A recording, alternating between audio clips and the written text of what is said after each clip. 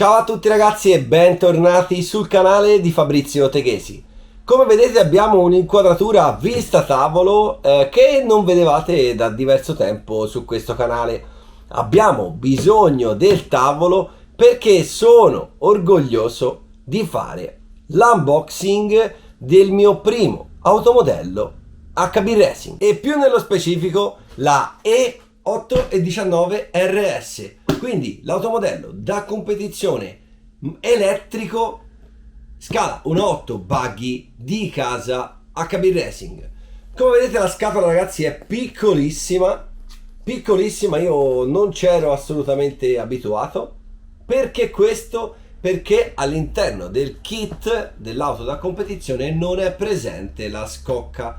Addirittura HB Racing non produce scocche da competizione, si affida a un marchio che ormai penso sia una certezza a livello di produzione di carrozzerie e che nello specifico è J-Concept e consiglia due tipi di carrozzeria della J-Concept. Ormai possiamo dire che è diventato quasi un monomarca perché si vede usare carrozzerie J-Concept su tantissimi altri marchi di automodelli da competizione.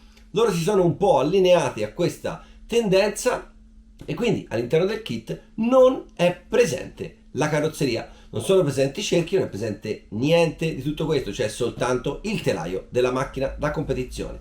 Questa, come ho detto, è la versione elettrica e guardate, ha addirittura il numero seriale. Quindi ogni auto ha un suo numero seriale, la scatola è lucida, nera, con delle finiture arancio e il logo in un bianco che tende sull'argento. Molto bella al tatto e niente ragazzi, non ci resta che tagliare i due sigilli e procedere all'unboxing, ma non qua, ci spostiamo nell'altro tavolo, andiamo!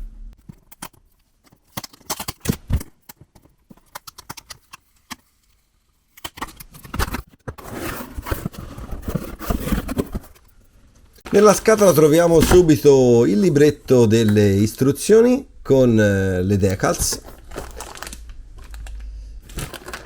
Le buste sono contrassegnate tutte da una lettera e quindi abbiamo la C, la E, la G, la A, gli ammortizzatori. Quindi si parte dagli ammortizzatori, vedete? E ad esempio altre marche, compreso Kyosho, gli ammortizzatori erano l'ultima cosa che si montava. La B, differenziali. La F, abbiamo addirittura gli oli.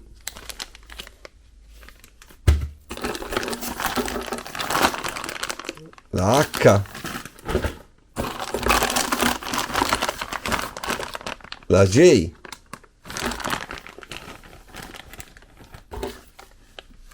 la I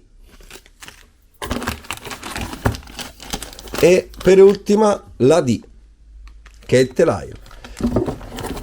Allora ragazzi, tenete conto che questa macchina è totalmente full optional di serie. Perché?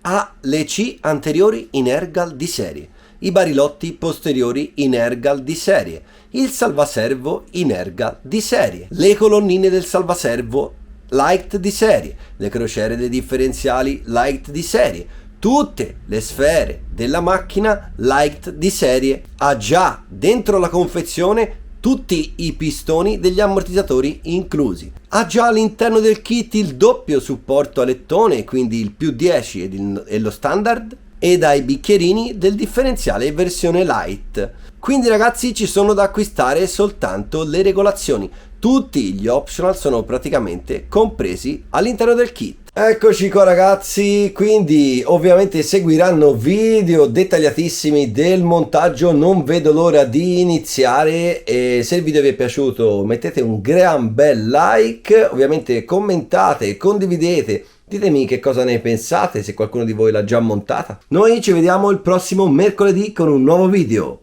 chiaramente potrebbe essere anche uno del montaggio. Ciao! ciao.